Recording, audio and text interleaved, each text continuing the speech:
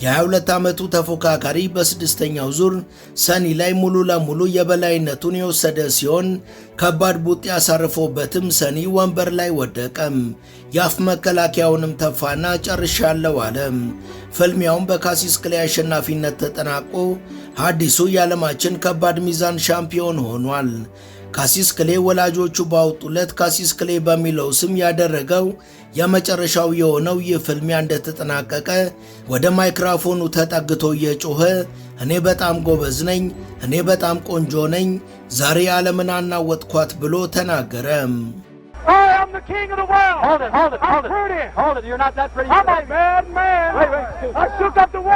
ካሲስ ክሌይ የከባድ ሚዛን ሻምፒዮን ከሆነ ከሁለት ቀን በኋላ እስልምናን መቀበሉን በማወጅ መላው ዓለምን በድጋሚ አስገረመ። ከሁለት ሳምንታት በኋላ ደግሞ በመንፈሳዊ መምህሩ በአሊጃህ መሐመድ በተሰጠው ስም መሠረት መጠሪያ ስሙ ከካሲስ ክሌይ ወደ መሐመድ አሊ ተቀየረ።